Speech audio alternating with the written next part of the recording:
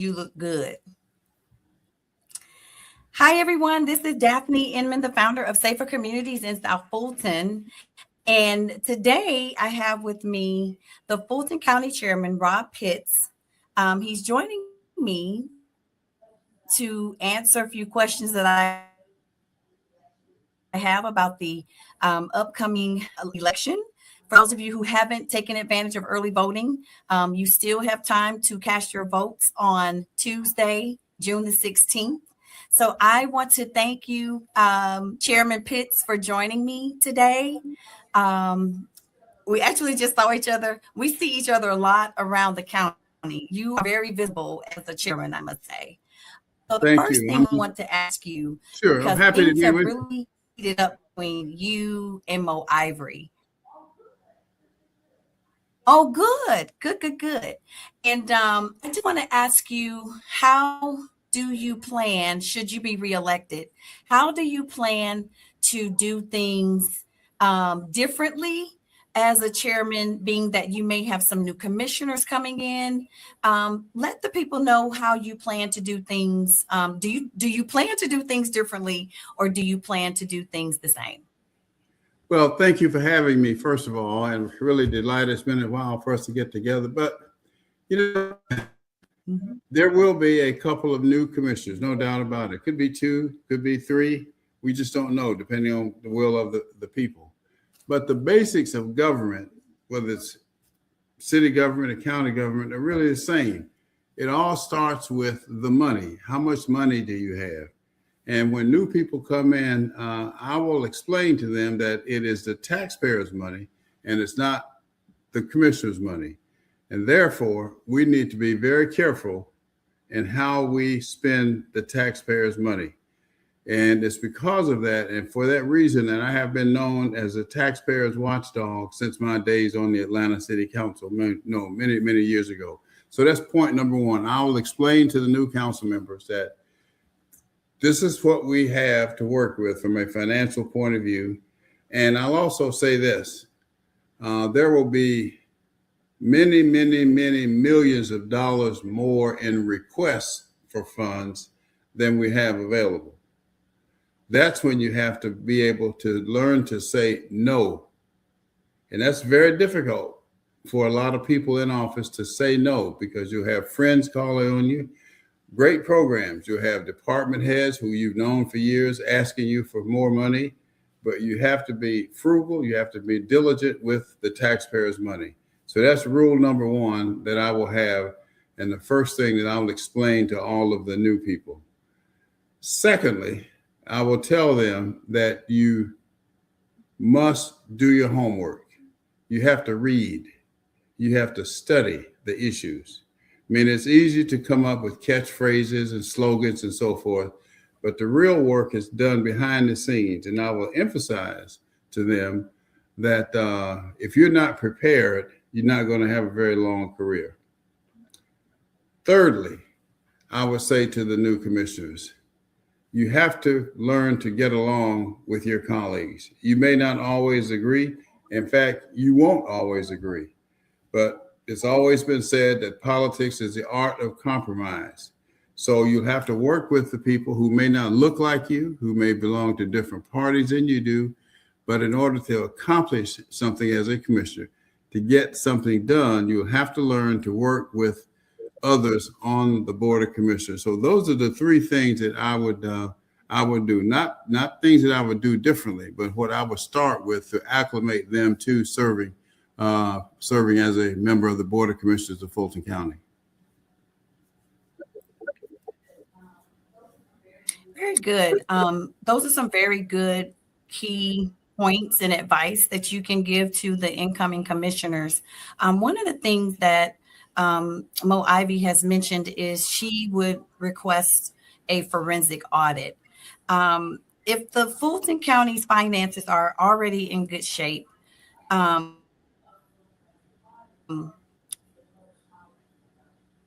why would you be opposed to a forensic audit that can increase the public confidence?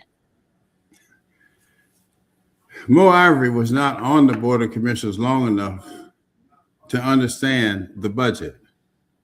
Mo Ivory quit She quit on me. And remember, I brought her there. I handpicked her.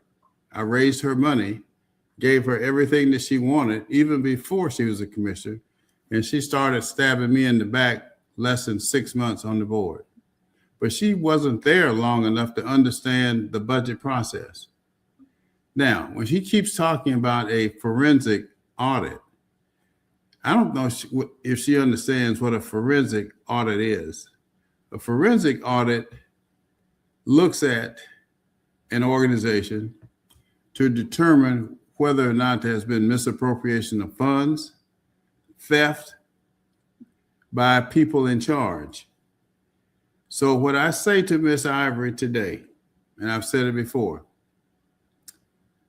if you believe that I, as chair, have done something wrong, if you believe that my vice chair, Commissioner Khadijah Abdul Rahman, has done something wrong, if you believe that Commissioner Bob Ellis has done something wrong, if you believe that Commissioner Bridget Thorne has done something wrong, and the reason I single out the ones that I'm talking about is because she says that's the so-called Gang of Four. So if you believe that the Gang of Four has done something wrong, I challenge you to go to the FBI tomorrow morning with whatever proof you have, and I will meet you there. I will meet you there. In the absence of that, you need to stop talking about a forensic audit or look up what the definition of a forensic audit is. Now, with respect to our books, our budget process is open. It's fair. We look at our budget every year. We can go back 5 years. It's on our website. It's open. We have an open checkbook. You can see by department what department heads are asking for and how much they are funded each year. You can track it. So what she's talking about, I have no idea. But what it means to me, though, is she does not understand the budget process and has not been there long enough to know where the bathrooms are before she quit. And why did she quit? This was just a stepping stone for her. Her objective is to be the next mayor after Mayor Andre Dickens. That's her stated goal. So getting on the commission, step number one. Step number two, serving as chair and quitting, and then running for mayor of Atlanta. Whatever the next shiny toy is, that's her objective.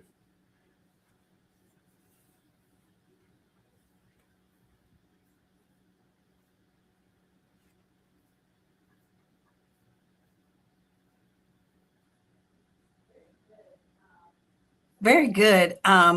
So that has been a buzzword. Forensic audits has been a buzzword in the city of South Fulton as well. And so I'm glad to hear the advice that you would recommend as it's related to a forensic audit. And it's important, I think, for the voters to know that there is transparency when it comes to the budget and the finances of the county. That's correct. Now, I'm sure that you've heard. Let me add one other thing regarding because we now have for the first time in the history of Fulton County a AAA bond rating. That's AAA. That's the highest. Now, what's the significance of a AAA bond rating? It means that when we borrow money, at the lowest possible rate. And in order to achieve a AAA bond rating, you are scrutinized. A governmental entity is scrutinized from top to bottom to get it. Now, do you believe in your wildest dreams that if there was some hanky-panky, foolishness, underhanded, crooked stuff going on at the county, that we would have received a AAA bond rating? Absolutely not. So if Miss Ivory doesn't know what she's talking about, I would recommend that she stop spreading these, lies, falsehoods, whatever you want to call them, about county government. Because the truth of the matter is, You know, everybody knows that there are 159 counties in the state of Georgia, and we're the largest county in the state of Georgia. But I always remind people that there are 3,250 plus counties in the United States of America. 3,250 plus counties in the United States of America. And your Fulton County, Georgia, by some, is ranked number 4. Think about that. Number 4 out of 3,250 plus. Now, when you live in a place like Fulton County and you enjoy all of the things that Fulton County offers, you don't appreciate it, so to speak. But it's just a fact. And how do I know it's a fact? In addition to what the experts say, my colleagues across the country call me daily, weekly basis, asking me, Chairman Pitts, how in the world are you able to do all of the things that you do for your citizens, your seniors in particular, without raising property taxes or without increasing the millage rate? And I'm happy to tell them. So this notion that the county is going to hell in a handbasket is just not true. People are flocking to the state of Georgia. When they come to the state of Georgia, where do they come? They come to Fulton County, Georgia. People are flocking here from all parts of the country and really all parts of the world. Now, if we are so bad that she leads you to believe, why would people be coming here? They're coming here because of the quality of life, the opportunities that are here in Fulton County, the diversity that's here in Fulton County, and most of this has come about during my tenure as chair of the Board of Commissioners of Fulton County. I'm very proud of what we've been able to accomplish, and I'm not going to allow anybody to destroy and impugn the reputation that Fulton County has earned through the years just for political gain. It's not going to happen.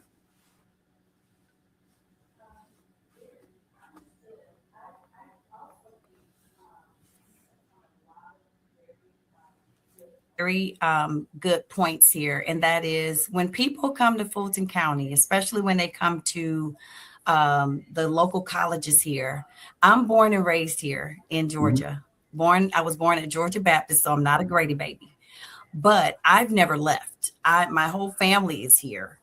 But what I also find interesting is people come to Morehouse, Spelman, Clark. They stay, right? They stay most of the time. They stay right here in Fulton County. So that is a very good point. Now, new leadership versus experience. I am a huge proponent of experience. I am in support of new leadership when the current or existing officials have shown that they have, there's been malfeasance or they've, had some improper policies that did not work, or they just didn't make the cut. So I'm in support of that at that time. But I do like wisdom and experience. Give me your feedback on what of new leadership of the Fulton County Board of Commissioners. So I think there's no substitute for experience. And I think a diversity on the board is a good thing. My knowledge, my experience, my institutional knowledge about how things used to be, how things can become, and what the future can look like if we have a combination of young, bright ideas. That's why I'm so proud to have worked with even the new so-called progressives are helping me in this campaign because they understand that I am open to change. I'm open to new ideas, and that's a good thing. So my experience, I believe, is invaluable. I was talking to Ambassador Young the other day. He said, man, we need you. I mean, God help us if you're not there until such time as somebody else is ready. Now, it's key, until such time as somebody else is ready, and that somebody has not stepped forward yet. But I am certainly open to working with, training, helping new commissioners to grow, teaching them the ropes, so to speak. I think that's incumbent upon me to do so, and I'm perfectly willing to do that. but there's no substitute for experience. I have a solid track record of service. First, on the Atlanta City Council. Second, as president of the Atlanta City Council. Third, as a member of the Board of Commissioners of Fulton County. And fourth, as chairman of the Board of Commissioners of Fulton County. That's invaluable experience. Public policy, public finance. You don't learn that overnight. You can't even go to school and learn that. It takes the school, but it also takes it on the job, work, listening, learning. I've learned from a lot of people, and I take advantage of every opportunity that I have to talk with people who have experience. So again, no substitute for experience, but it is a key distinction in this race. I have years of solid experience doing the work, delivering for our community, never a scandal. And that's important. Never a scandal. Haven't stolen anything, not going to steal anything. I've served our community with dignity. Compare my record to her record, which is no record. Hadn't passed one piece of, wasn't there long enough in the first place and would not know how to pass legislation. So it takes time, no matter how smart you are, whether it's city council or whether it's the Board of Commissioners or whether it's the state legislature, it takes time to learn the formal rules and the informal rules, but you don't come in. And I think it was Jason Estevez who was talking about, I forget who he was talking. It may have been, I forget, is it one of the other candidates for governor? And he said, you don't join the church 1 week and then 2 weeks later, you want to become the senior pastor. It doesn't work that way. You have to pay your dues. I've paid my dues and she has not.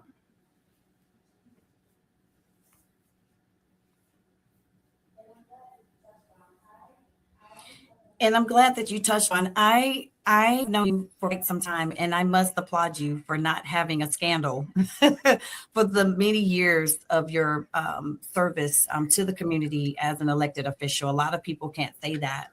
So that is very commendable. The other hot topic has been that Marvin Arrington and Mo have both said that you told them you weren't going to run again. I think part of that may have inspired them to run for your seat. What sparked, well, let me ask the question a different way. Was that misconstrued, and or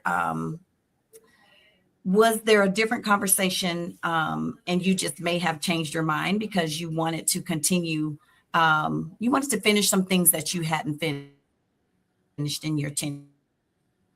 Well, I never said I was not going to run again. That's just not accurate. But there are some things in projects that I have started, that I have spearheaded, that I definitely want to see completed. First and foremost, my vision, my idea, this medical hospital complex in South Fulton County. Let me just tell you about that, because that's been a hot topic as well. A couple of years before Wellstar closed Atlanta Medical Center and their facility in East Point, I and 3 or 4 others have been working privately on a plan to bring first-class medical care to South Fulton County. But when Wellstar closed those 2 facilities, that accelerated our activities, my activities in particular. We met and decided that we have to move much quicker than we were thinking about. We had meetings with Morehouse School of Medicine. We paid for a study that was done by E&Y, Ernst & Young, and the study came by and really proved what we already knew, that there was a need for first-class medical care in South Fulton County. So from there, we really got into high gear, working with our long-term partner, Brady Hospital. We have come up with a plan, and the plan is working. This is my vision. A lot of people are talking about it now, but I can tell you who was in that room, and all the folk who are talking about it, none of them were in the room when the work was being done. And I'm very proud of the fact that I do the work. I don't care who gets credit for it. I'm interested in the outcome. Here's the plan. First phase of the plan is a freestanding emergency medical clinic. We broke ground a little over a year ago, and it is amazing to me how quickly that has come together. In fact, it is now open. We started seeing patients at the freestanding emergency clinic about 2 weeks ago now. This will be the second or the third week. We haven't really had the official grand opening yet. We had ribbon cuttings and groundbreakings and all that, but we started seeing patients a couple of weeks ago. And the good news about that is just that we thought in that first week, most of the patients came from close proximity to where that facility is located. And the reason that facility is so important at this point in time, because if you lived in certain parts of South Fulton County, you had an emergency, it was quicker to drive to Macon, Georgia, than it was to drive to downtown Atlanta to Grady. So that facility is now up and open and operating. The second phase of this effort to bring first-class medical care to South Fulton County will be the construction of a brand new medical office complex. That medical office complex will be on the same footprint. It will house all of the medical specialties, urology, gynecology, cardiology, all of those other ologies. We will also have specialists in there in Black women's health, infant mortality. And I'm working privately right now, probably shouldn't say this, but I'm going to say it anyway since we're talking, working with CHOA, Children's Hospital, to make sure that they have a presence in that freestanding medical facility as well. That's phase 2. Phase 3 will be a brand new 200-bed hospital right here in South Fulton County.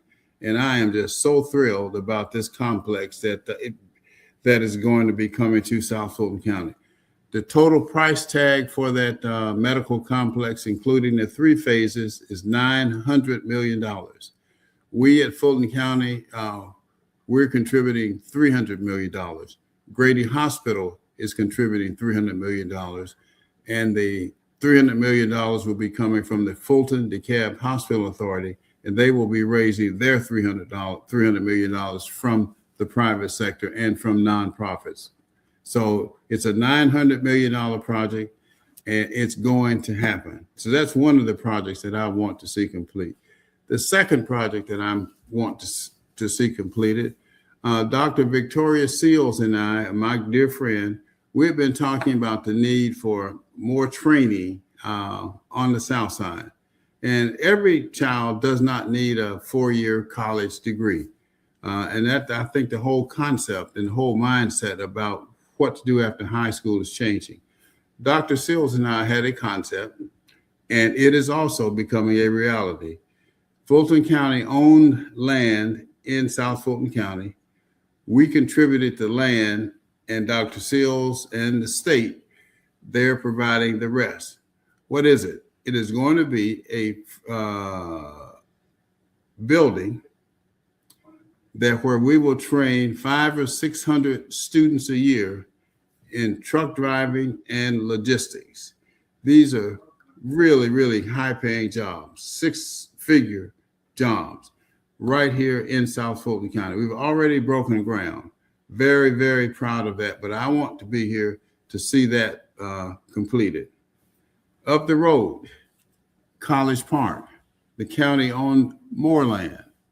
We entered into an agreement with the city of College Park. Again, we contributed the land where everybody's familiar with the botanical gardens in Midtown, world-class facility. Well, guess what? We're going to have a comparable botanical gardens in South Fulton County, right in the city of College Park. That is also under construction now, and that's another project that I want to see completed.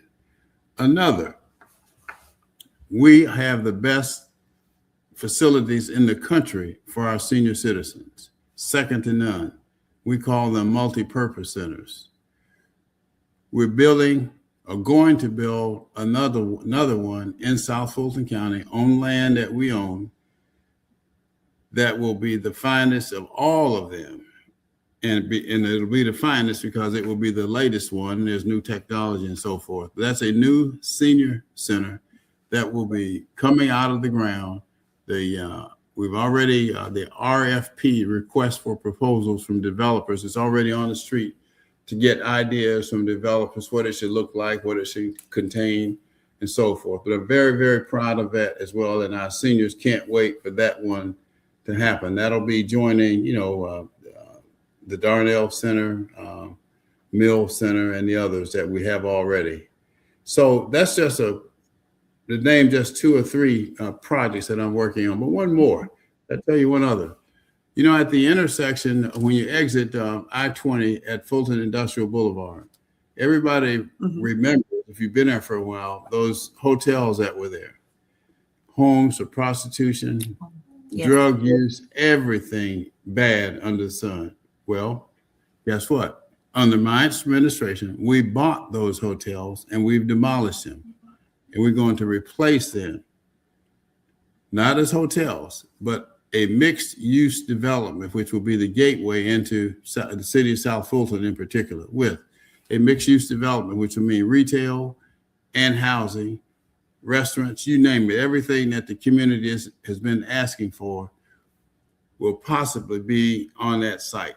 And I want to see that completed as well. So that's just a few of the projects that I'm working on and want to see completed.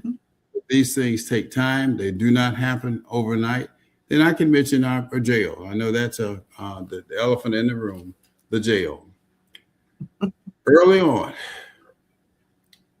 all of my colleagues were fascinated, enamored with this idea of building a brand new jail at the cost of $2 billion plus.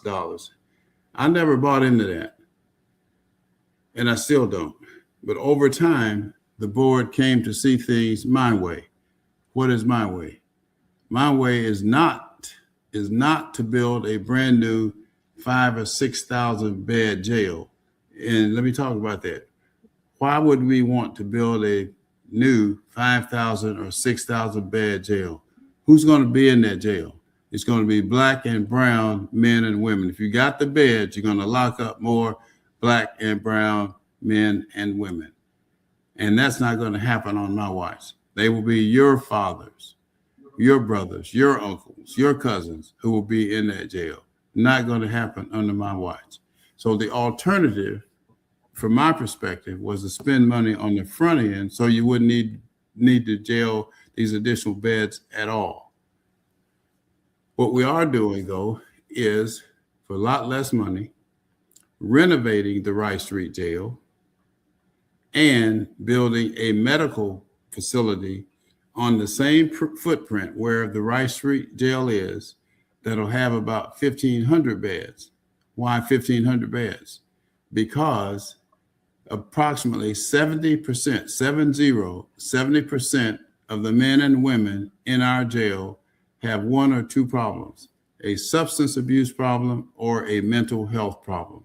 So we're going to spend money treating those 2 issues as opposed to keeping people confined. Because if you go into a jail, you may go in as an innocent child, but I can assure you will come out as a hardened, seasoned criminal. So we're going to spend money on the front end and not build a brand new country club style 4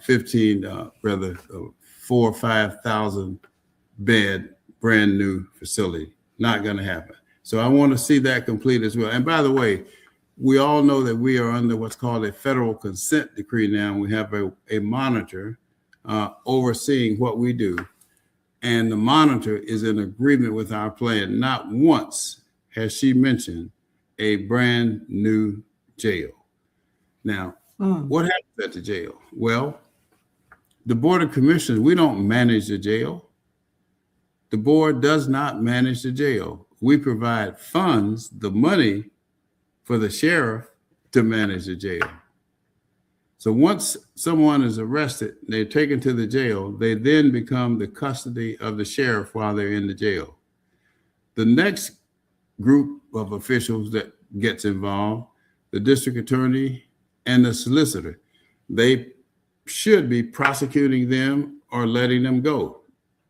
But sometimes, for various reasons, we've had your brothers, your sisters, your fathers in there for 6 months, a year, 2 years. We're making some progress, but that has been the pattern. Now, but when someone does get indicted, they go to court, the judges. What happens then? Well, some of the judges work full time. This is a fact. Some of the judges do not work full time. Some go to work at 10 o'clock, leave for lunch at 12 o'clock, and play golf the rest of the day, while your loved ones sit in those jails. How do I know this? Because we've tracked it.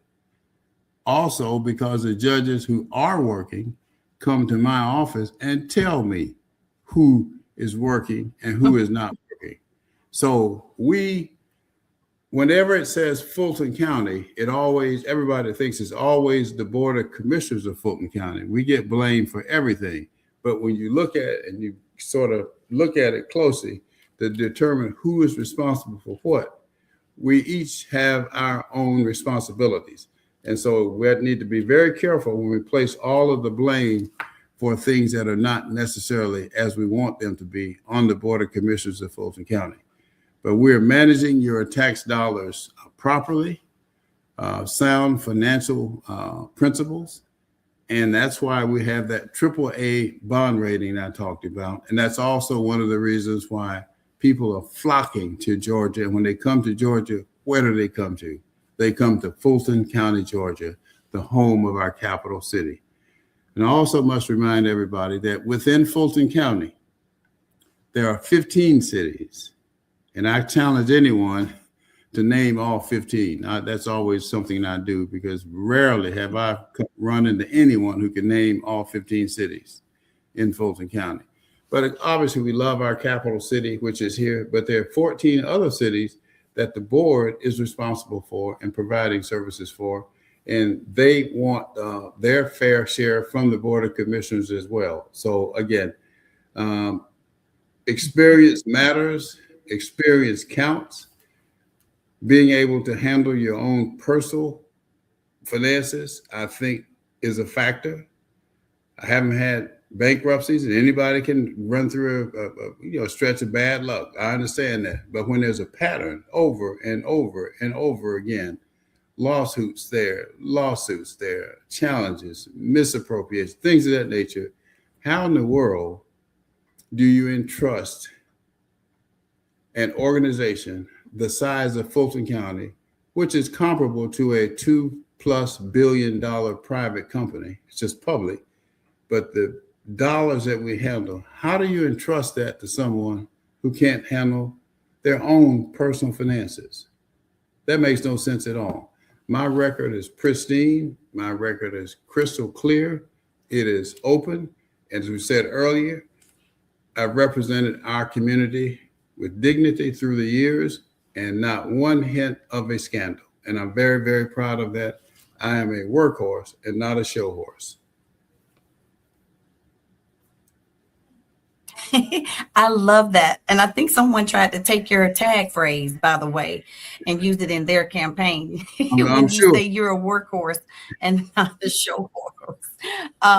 That is very, very, that is very good. Everything that you've said, I think, has cleared it up for a lot of people. So I'm going to summarize what you've discussed. You've discussed a lot of what and I'm going to say you all collectively, the commissioners have been doing for economic development. You really focused a lot on Fulton County, South Fulton County. But I do want to surmise that you all are bringing some economic development to South Fulton. It's something that you're currently working on, and some of these things will be coming to fruition pretty soon. You also talked about the jail. That is such a hot topic. I'm glad you started before I could even ask. Mm-hmm. So I am glad to hear that because you are under the consent decree or order,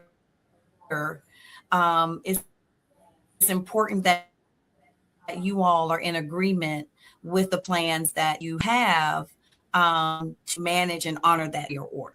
So that's why it's confusing for some people to understand why recommendation hasn't been for the Board of Commissioners to build a brand new jail. Very, very good that you cleared that up.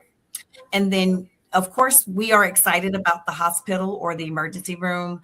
When we became a new city in the city of South Fulton, it was just very difficult for us to get to a hospital, especially when WellStar closed. So I can only imagine how convenient it is now for some of my neighbors and the neighboring cities to be able to have access to the emergency center. And we're looking forward to the expansion of that and to the plans that you mentioned as well.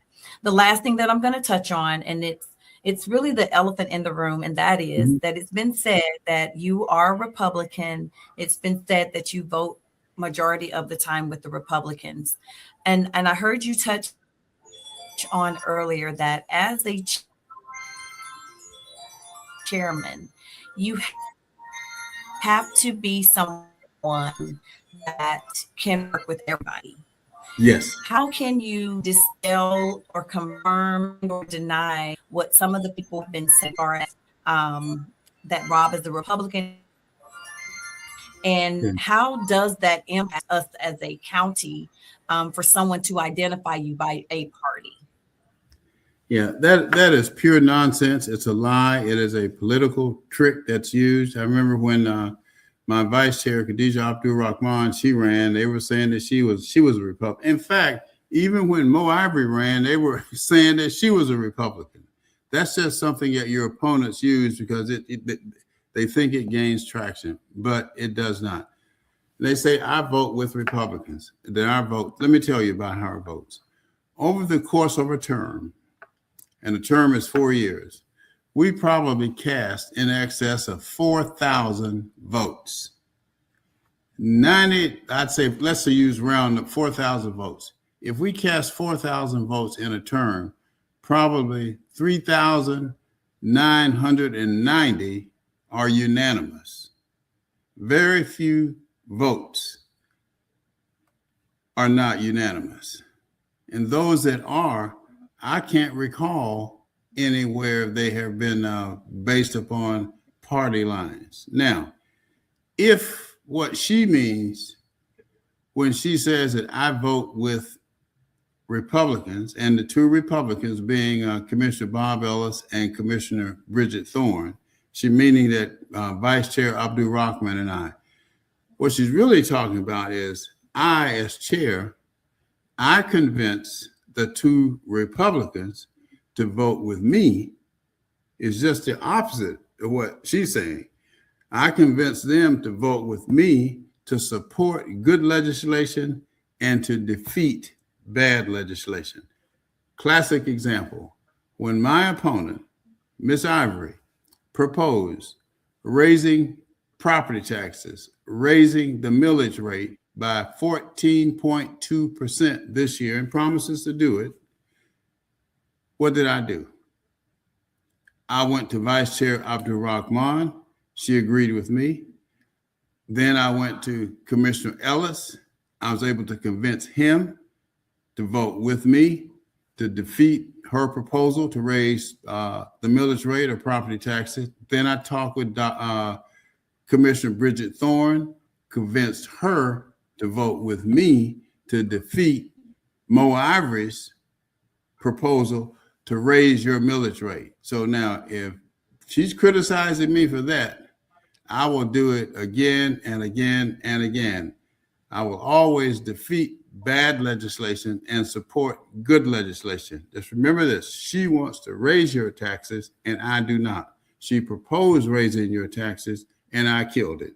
Did I have two Republicans voting with me? Yes, I did. Let me tell you this. I will make a deal with the devil himself, a political deal, if it's going to benefit the people of Fulton County, a county that I love.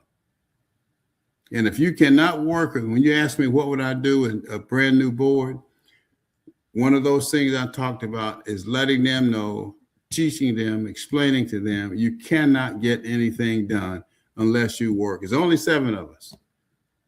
work with everybody that's there. And that's the key. So this notion of me being a Republican, let me tell you something about that. I remember listening to Senator Warnock. And one of the things that he's most proud of is the fact that he's able and works with people across the aisle in the other party more than any other senator in order to get things done. That's how this game is played. If you don't understand that, you're in the wrong game.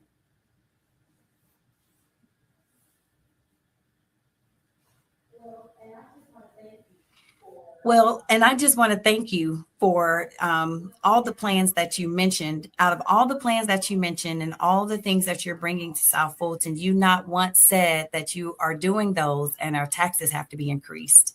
Absolutely and I not. think you've proven that by reminding us today that you worked with the other chairmen or chairwomen, and they are Republican, to make sure that our taxes aren't increased. And let's just say, hypothetically, if there does happen to be one, and I'm doing my little imaginary fingers, my parents are here. So everyone has been afraid of that word, like increasing taxes with everything that's going on in the economy. It seems like we have a very healthy Fulton County. There really is no need for an increase in increasing our taxes and for working with others. So I'm going to sum it up. Let's sum it up. Let's go ahead and tell the people, come Tuesday, June 16th, why should they cast their vote for you, Robb Pitts, to continue to be the chairman of the Fulton County Board of Commissioners? Two reasons. My experience compared to my opponent's record of no experience, zero experience. Number one. Number two, she has proposed raising the property tax or the millage rate by 14.2%. I defeated that. I will always fight to keep property taxes level.